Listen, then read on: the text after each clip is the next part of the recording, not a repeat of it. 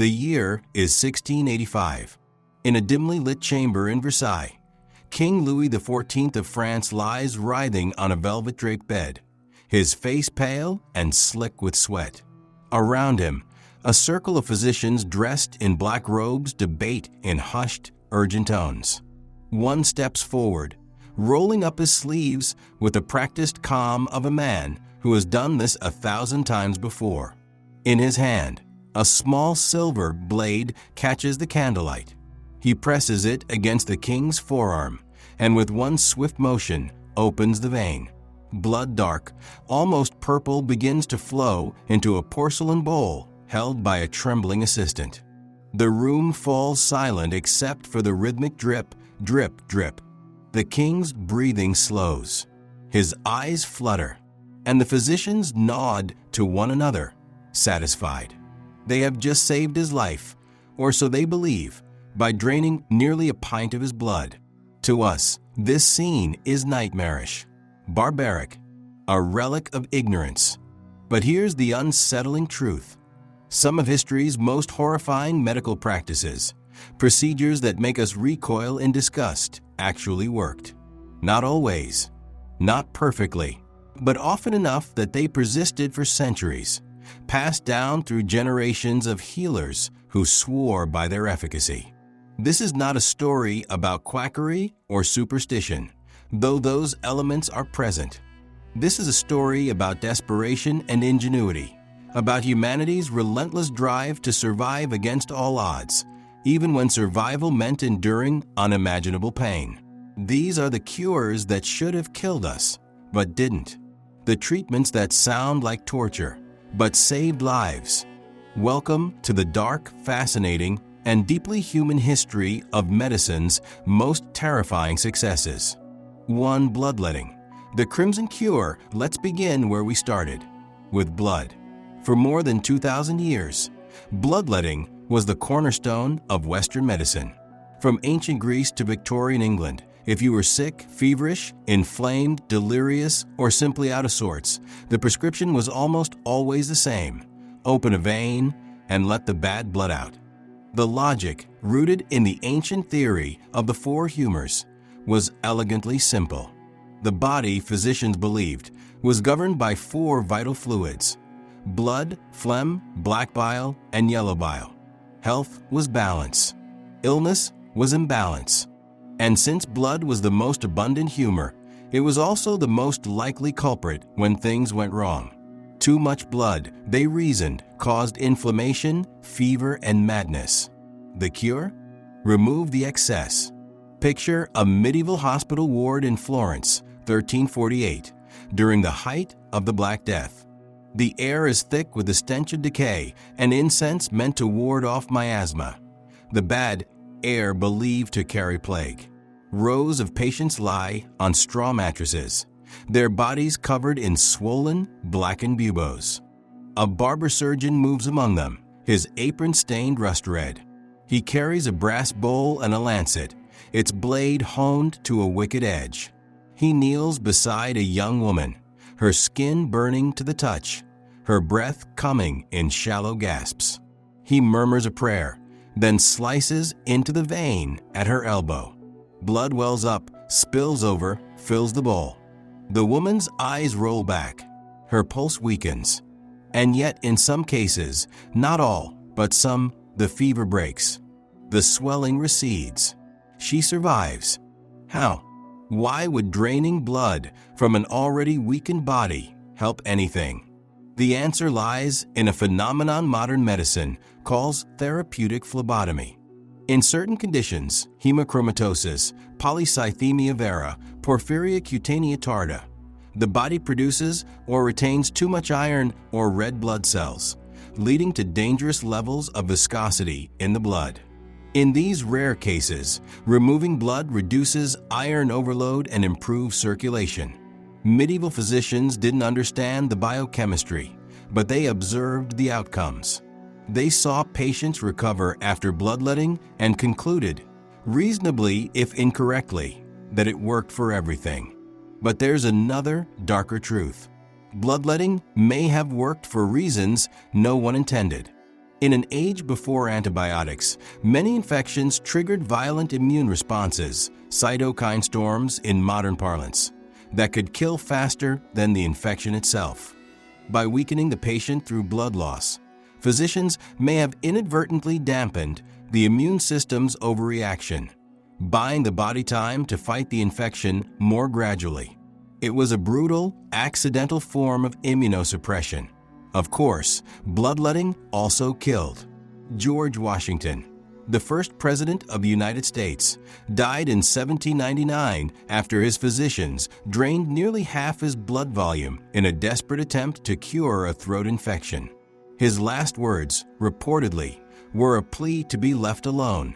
But for every Washington, there were dozens of anonymous patients who lived, who credited their survival to the very procedure that might have killed them. And so the practice endured, a testament to humanity's willingness to endure pain in the hope of healing. Leeches, those slick, segmented creatures that populated medieval apothecaries, were the preferred tool for more delicate work. Unlike the crude lancet, leeches were precise. They latched onto the skin with 3 tiny jaws, each lined with rows of teeth, and secreted an anticoagulant called hirudin as they fed. The result was a slow, controlled blood loss that physicians believed was gentler on the patient. And here's the astonishing part: they were right. Modern medicine has brought leeches back. In microsurgery, reattaching severed fingers, reconstructing ears, grafting skin, surgeons use medicinal leeches to prevent blood clots and promote circulation in delicate tissues.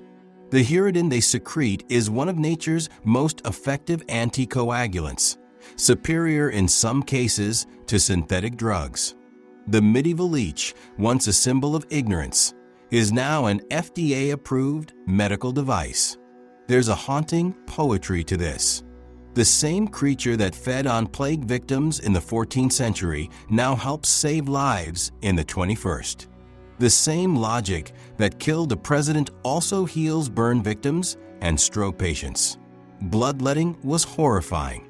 It was often deadly, but it was not entirely wrong. And that, perhaps, is the most unsettling realization of all. Even our ancestors' worst mistakes sometimes stumbled toward truth.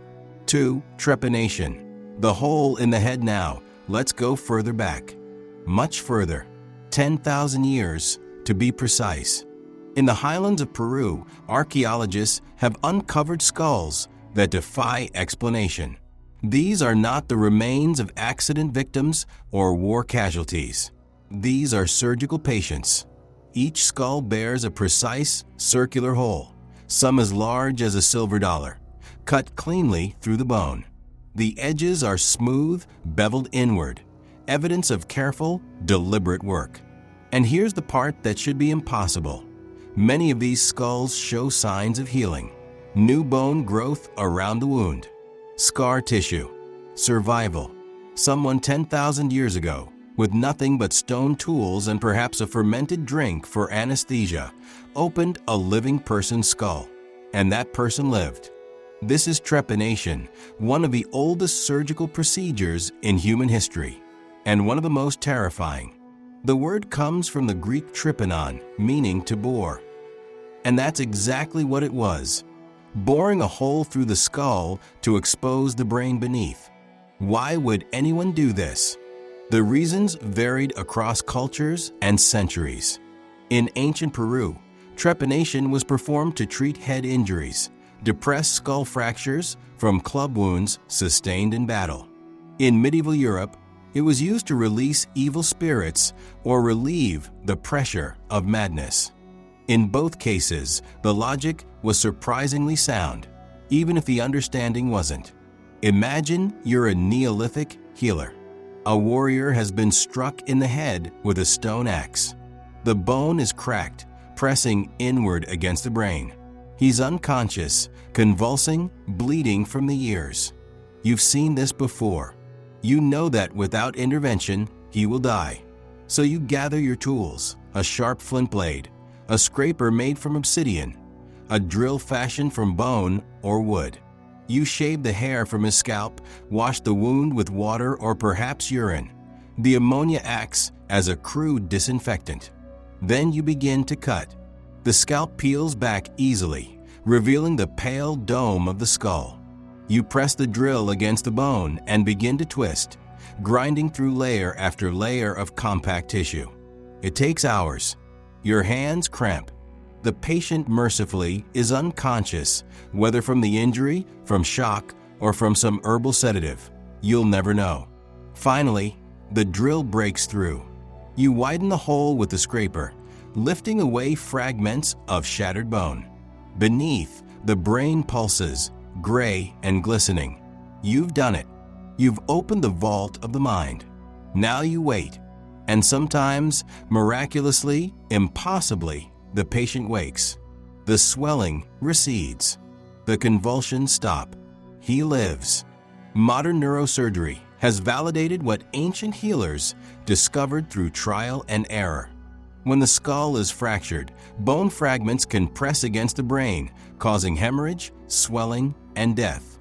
Removing those fragments, a procedure called a craniotomy, relieves the pressure and allows the brain to heal. Trepanation, for all its crudeness, was a functional craniotomy. The survival rates, based on archaeological evidence, were astonishingly high. Some studies suggest that up to 70% of trepanation patients in ancient Peru survived the procedure. That's better than many surgeries performed in Europe during the 18th century, before the advent of anesthesia and antiseptics. But trepanation wasn't only for trauma. In medieval Europe, it was also used to treat epilepsy, migraines, and mental illness, conditions believed to be caused by demons or bad vapors trapped inside the skull. The reasoning was flawed, but the outcomes were sometimes real. We now know that in certain cases, relieving intracranial pressure can reduce the frequency of seizures. A patient with a subdural hematoma, a slow bleed between the brain and skull, might experience confusion, headaches, and personality changes. Drilling a hole to drain the blood would, quite literally, cure the madness. Of course, many patients didn't survive. Infection was rampant. The risk of hemorrhage was enormous. And yet, the practice persisted for millennia across continents, in cultures that had no contact with one another. The Incas did it. The Egyptians did it. The Greeks, the Romans, the Chinese, all independently discovered that sometimes the only way to save a life was to open the skull. There's something profoundly humbling about this. Our ancestors, armed with nothing but stone and desperation, performed brain surgery. They didn't understand neurons or cerebrospinal fluid or the blood-brain barrier, but they understood survival, and they were willing to risk everything, including their own horror, to achieve it. 3. Mercury and arsenic. The poisonous paradox. Let's move forward in time to an era that should have known better. Renaissance Europe, 1495. A new disease is sweeping across the continent, brought back, some say, by Columbus's sailors from the New World. It begins with sores, painful, weeping lesions on the genitals. Then comes the rash, spreading across the chest and limbs. Then the fever, the joint pain, the swelling of the lymph nodes. If left untreated, the disease progresses. The skin erupts in gummas, soft tumors that ulcerate and rot. The nose collapses. The palate disintegrates. Madness sets in. This is syphilis, the great pox, and it is a death sentence. Physicians scramble for a cure. They try everything: bloodletting, herbal poultices, prayers, exorcisms. Nothing works. Then someone, perhaps a desperate alchemist, perhaps a bold physician, suggests mercury. Mercury, the liquid metal, the philosopher's stone, the substance of transformation. It's toxic, of course. Everyone knows this, but it's also powerful.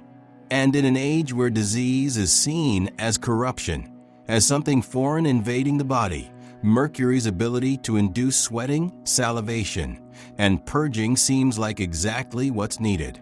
The logic is simple. Poison the disease before it poisons you. The treatment is as horrifying as the disease. Patients are placed in fumigation chambers, sealed rooms heated by braziers. Mercury is vaporized, filling the air with silvery fumes. The patient inhales. Within minutes, the symptoms begin: excessive salivation, drooling uncontrollably, sometimes producing up to 2 liters of saliva per day. The gums swell and bleed. Teeth loosen and fall out. The breath becomes foul metallic. The skin turns gray. And yet, the syphilitic sores begin to heal. Why? How could a poison cure a disease? The answer lies in syphilis itself. The bacterium responsible, Treponema pallidum, is a spirochete, a corkscrew-shaped microbe that burrows into tissues and evades the immune system. Mercury, it turns out, is bactericidal. At high enough concentrations, it kills Treponema pallidum. Not efficiently, not safely, but it works. The problem, of course, is that mercury also kills the patient. Chronic mercury poisoning causes neurological damage, kidney failure, and death. The phrase "mad as a hatter" comes from the mercury used in hat making, which drove workers insane. Syphilis patients faced the same fate, and yet they took the cure. They endured the fumigation chambers, the salivation, the tooth loss, the tremors. Because the alternative, the slow, disfiguring death of untreated syphilis, was worse. A popular saying of the time captured the grim calculus: a night with Venus, a lifetime with Mercury. Arsenic, another deadly poison, was used in similar ways. In the early 20th century, before the discovery of penicillin, a German physician named Paul Ehrlich developed salvarsan, an arsenic-based compound that was the first effective treatment for syphilis. It was called the magic bullet because it targeted the bacteria while theoretically sparing the patient. In practice, salvarsan was brutally toxic.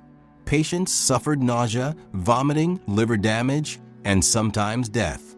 But it worked. It cured syphilis. And for that, Ehrlich won the Nobel Prize. There's a lesson here, one that modern medicine still grapples with. Sometimes, the cure is almost as bad as the disease. Chemotherapy, for example, works on the same principle as mercury and arsenic.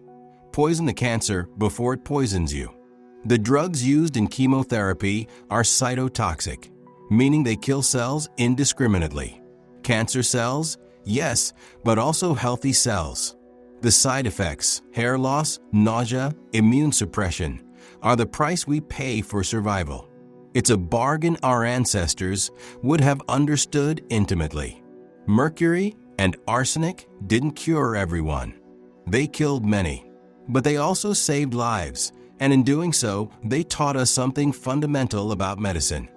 Healing often requires us to walk a razor's edge between life and death, between remedy and poison. The dose, as the alchemist knew, makes the poison. And sometimes, the only way forward is through the fire. 4. Maggot therapy. The writhing salvation, the First World War. The Somme, 1916. A British soldier lies in a field hospital, his leg shattered by shrapnel. The wound is deep, ragged, filled with dirt and fragments of cloth. The medics have cleaned it as best they can, but infection has set in. The flesh is swollen, discolored, stinking of rot, gangrene. Without amputation, he will die. But the surgeons are overwhelmed, the operating theaters packed. He's placed in a corner, waiting his turn, waiting to lose his leg or his life. Days pass. The pain is unbearable. The fever climbs. And then something strange happens. The wound begins to change. The blackened tissue sloughs away, revealing pink, healthy flesh beneath. The smell improves. The swelling recedes. When the surgeon finally examines him, he's astonished. The wound is healing, and it's filled with maggots. Fly larvae, hundreds of them, writhing in the open wound, feeding on the dead tissue.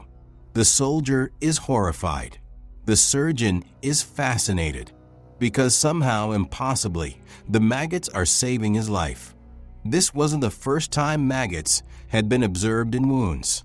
Battlefield surgeons throughout history had noticed that soldiers with maggot-infested injuries often fared better than those with clean wounds. But it wasn't until World War I that a physician named William Baer began to study the phenomenon scientifically. What he discovered was remarkable. Maggots, specifically the larvae of the green bottle fly, eat only necrotic tissue, dead, rotting flesh, while leaving healthy tissue untouched. In the process, they secrete enzymes that break down bacteria and promote healing. They are, in essence, nature's surgical debridement team. Baer began using maggots intentionally, placing sterilized larvae into infected wounds that refused to heal. The results were dramatic. Wounds that had resisted antibiotics, that had festered for months, began to close within days. Chronic osteomyelitis, bone infections that were nearly impossible to treat, responded to maggot therapy when nothing else worked. By the 1930s, maggot therapy was standard practice in hospitals across Europe and America. Then came penicillin, the miracle drug, the antibiotic that could cure infections without the need for squirming larvae. Maggot therapy fell out of favor, relegated to the dustbin of medical history. But here's the twist: it came back. In the 1990s, as antibiotic-resistant bacteria began to spread, physicians rediscovered maggot therapy. Modern studies confirmed what Baer had observed a century earlier. Maggots are extraordinarily effective at cleaning wounds, reducing bacterial load, and promoting tissue regeneration. Today, medical-grade maggots are FDA approved and used in hospitals around the world, particularly for diabetic ulcers, pressure sores, and burn victims, conditions where traditional treatments have failed. Imagine being a patient in a modern burn unit. Your skin is charred, blackened, the pain so intense that even morphine barely touches it. The doctors tell you that without debridement, the removal of dead tissue, the infection will spread and you'll lose the limb. They offer you a choice: surgery, with all its risks and pain, or maggot therapy. You choose the maggots. They arrive in a small vial, sterile, wriggling. The nurse applies them to the wound and covers it with a mesh bandage. You feel the moving, feeding. It's revolting. But within 48 hours, the dead tissue is gone. The wound is clean. The pain is less. You keep your leg. This is the paradox of maggot therapy. It works because it's disgusting. The very thing that makes us recoil, the idea of living creatures consuming our flesh, is precisely what makes it effective. The maggots don't care about our horror. They're doing what evolution designed them to do, cleaning up death so that life can continue. There's something almost poetic about this. In our age of sterile operating rooms and high-tech surgical robots, we've come full circle, back to a treatment that soldiers in the trenches of World War I would recognize. We've learned that sometimes the oldest cures are the best.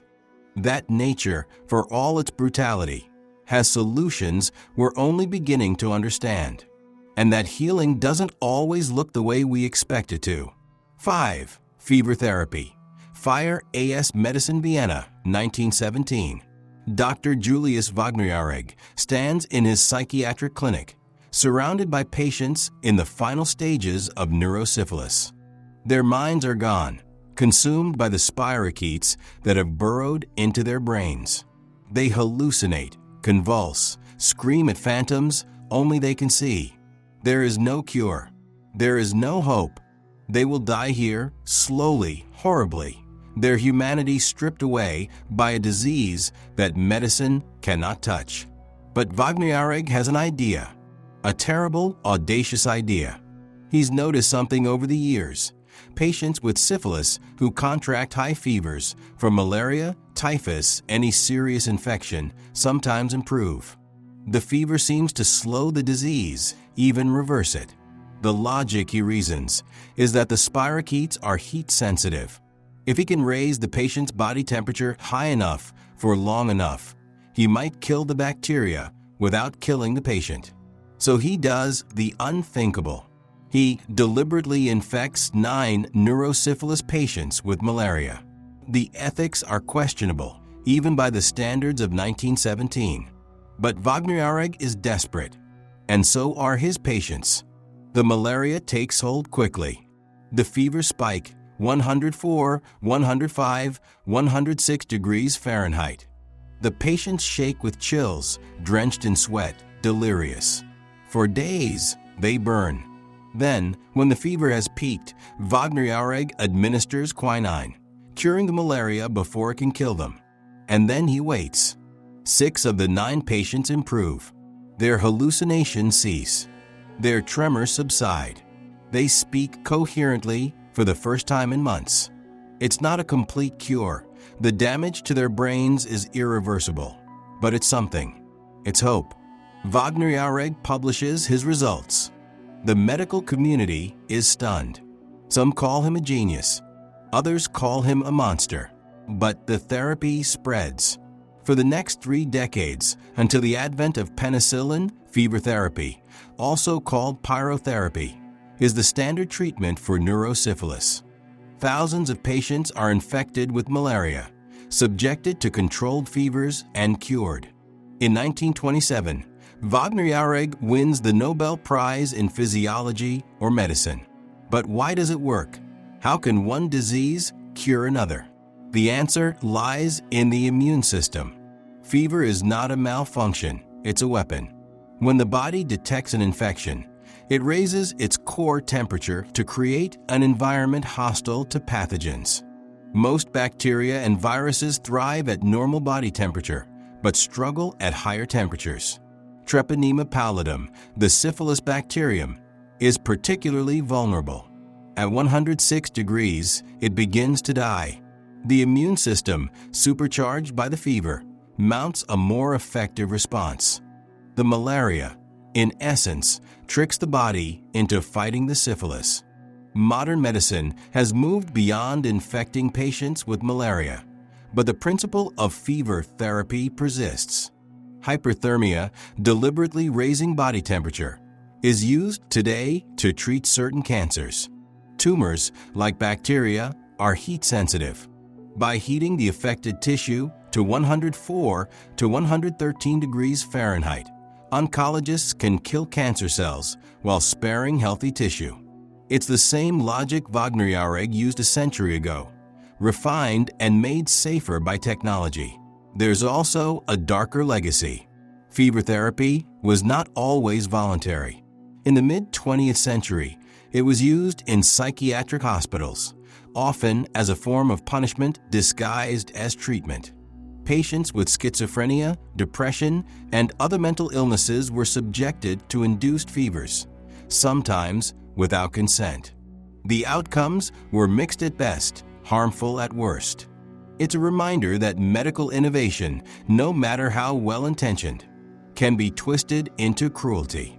But for neurosyphilis patients in the early 20th century, fever therapy was a lifeline. It was the difference between dying mad and dying sane. And for that, they endured the fire.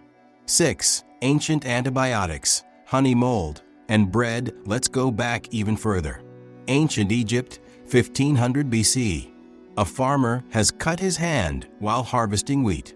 It's a small wound, barely worth noticing, but within days it's infected.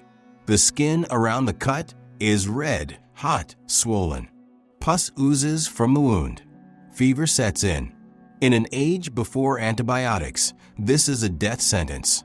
But the farmer is lucky. He lives near a temple, and the priests there are skilled in the healing arts.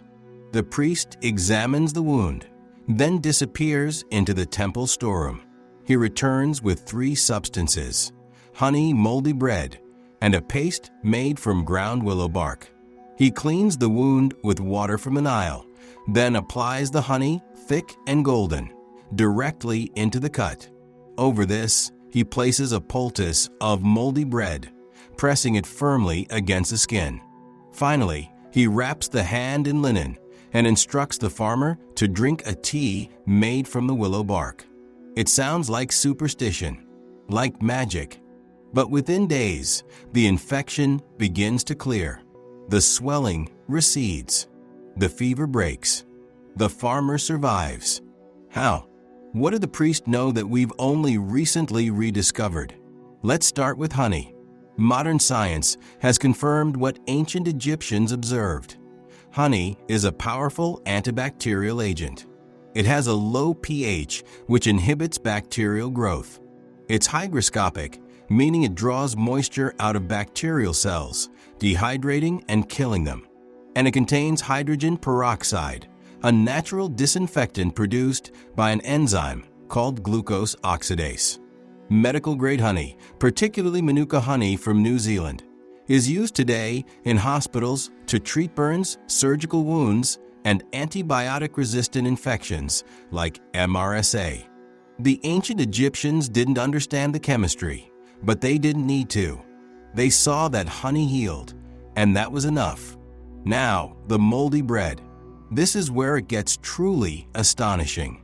The mold growing on bread, particularly bread made from barley or wheat, is often Penicillium, the same genus of fungus from which penicillin is derived. When Alexander Fleming discovered penicillin in 1928, he was hailed as a genius, the man who invented antibiotics. But he didn't invent them. He rediscovered them.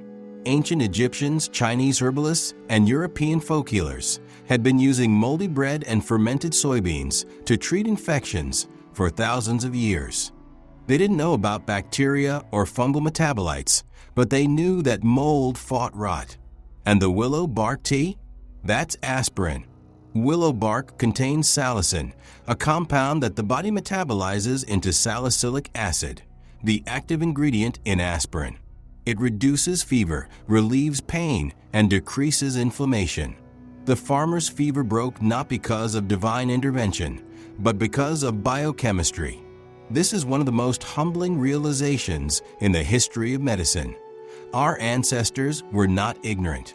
They were empiricists. They experimented, observed, and passed down what worked. They didn't have microscopes or clinical trials, but they had something just as powerful.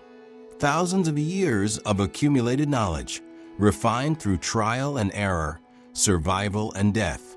Consider this, the Ebers Papyrus, an ancient Egyptian medical text dating to 1550 BCE, contains over 700 remedies.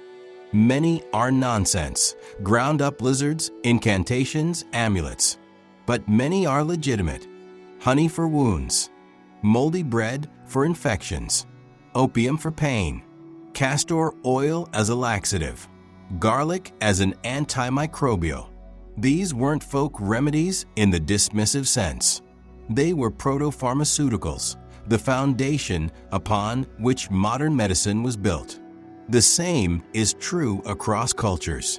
Traditional Chinese medicine used artemisinin, derived from sweet wormwood, to treat fevers for over 2,000 years. In 2015, Tu Yu won the Nobel Prize for isolating artemisinin and proving its efficacy against malaria. Indigenous peoples of the Amazon used the bark of the cinchona tree to treat fevers. That bark contains quinine, the first effective anti-malarial drug.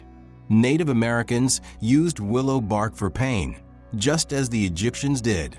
These weren't accidents. They were discoveries made by people who paid attention, who noticed patterns, who were willing to experiment on themselves and their communities. And yes, many of those experiments failed. Many people died from poisonous plants, toxic minerals, and misguided treatments.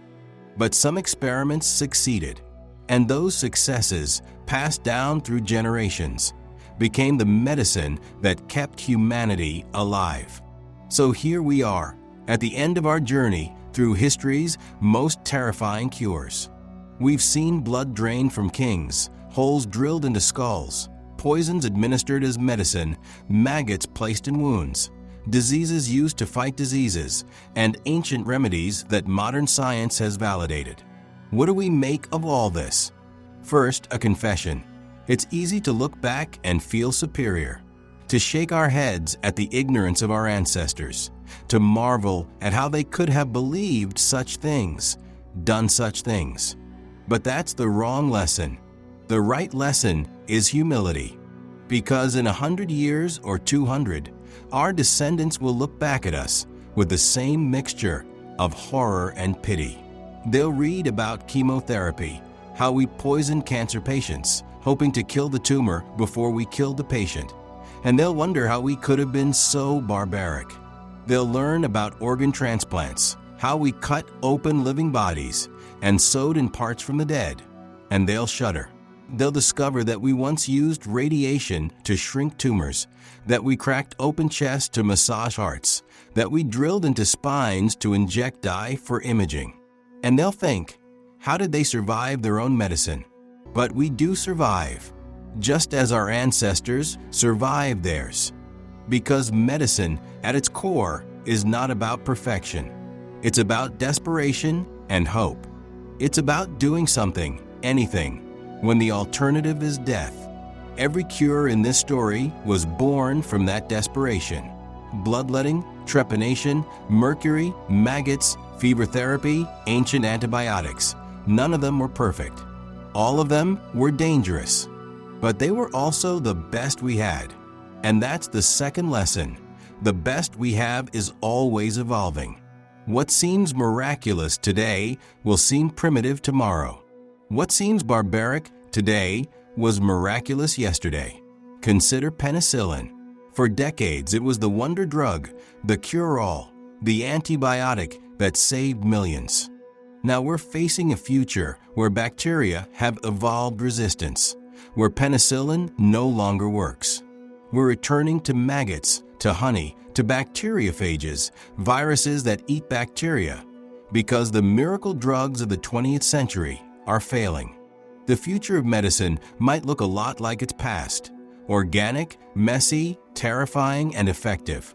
And that brings us to the final, most unsettling truth. We don't know what we don't know.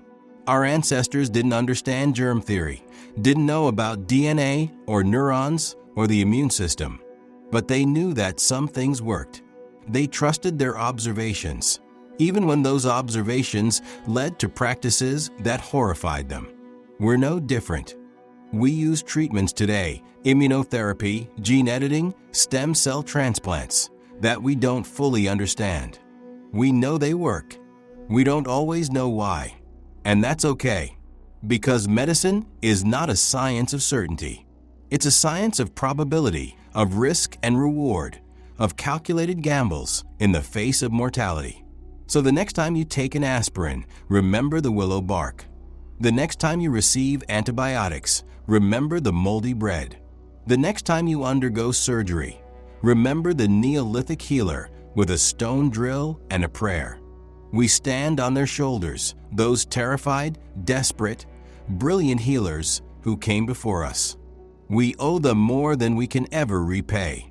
And one day, our descendants will stand on ours. They'll look back at the early 21st century, at our clumsy surgeries, our toxic drugs, our crude understanding of the brain, and they'll see us the way we see the bloodletters and the trepanners.